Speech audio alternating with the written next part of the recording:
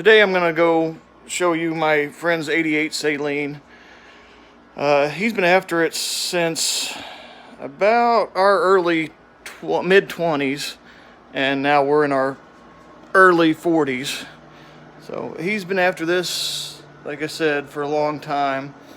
He worked with the guy, and the guy bought it brand new, and enjoyed it, enjoyed the car. But he wasn't a car guy, not really. He just liked the car. It was a cool car back in the 80s. It was a cool car to buy. It was neat, and he bought it. And he drove it for a few years. It gave him some electrical trouble, and he parked it and didn't store it exactly right, but it's not terrible. Gravel floor instead of concrete, barn instead of garage, no cover. It's far from the worst I've seen, but it could have been better. But my buddy got a pretty good deal on it, so that works out in our favor. He bought it not running, knowing there wasn't too much wrong with it. It ran, but barely. It had the wrong windshield banner on it. I've already scraped that off, and we've got a new one we're going to put on there as soon as I can get the courage up to figure out where it needs to be placed and everything. But yeah, it barely ran, stumbled. It just would not even hardly move. It would idle. Eventually it would crank forever to start.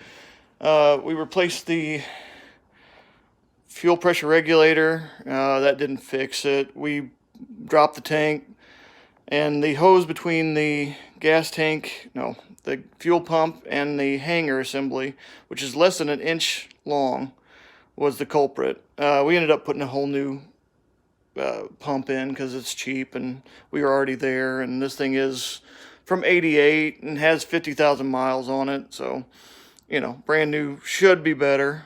It runs like a top now, like a sewing machine. These things they were mostly suspension and looks. Unless you got a supercharged version, but this is not one of them. So it was your basic 5.0 Mustang stuff. It's 88, so non-mass air.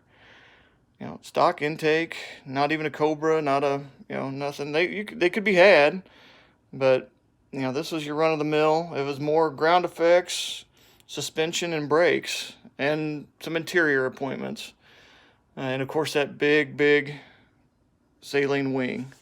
But I don't know if I've already mentioned it or not, but this is number 469 of 1988, and it still needs cleaned up. It needs a polishing done on the paint for sure.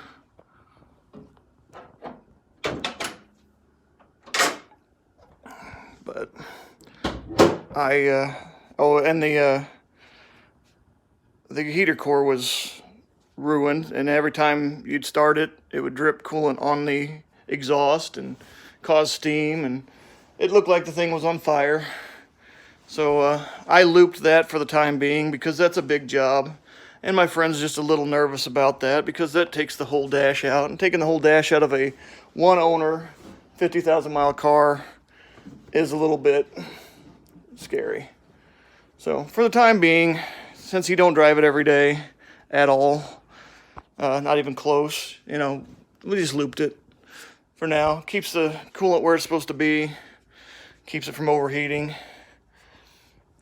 It's the best color there is, black with gray accents on the body kit. Basket wheels. I like the 5 stars better, but this is what they came with, and they're cool. Yeah. Let me go around my way too full garage. Way too full. That's the engine going in the 92 coupe. Nothing pretty. It might end up with an Explorer intake or a Cobra intake. I can't seem to leave things alone, but we'll see. I don't know. I don't know if the Explorer's worth the trouble. It's not going to be a performance car anyways, not really. There's that whale tail. And we decided that these chips are because this hangs over the bumper just far enough. If you've got a jack on that and you let it spring back up, it hits right there. And plus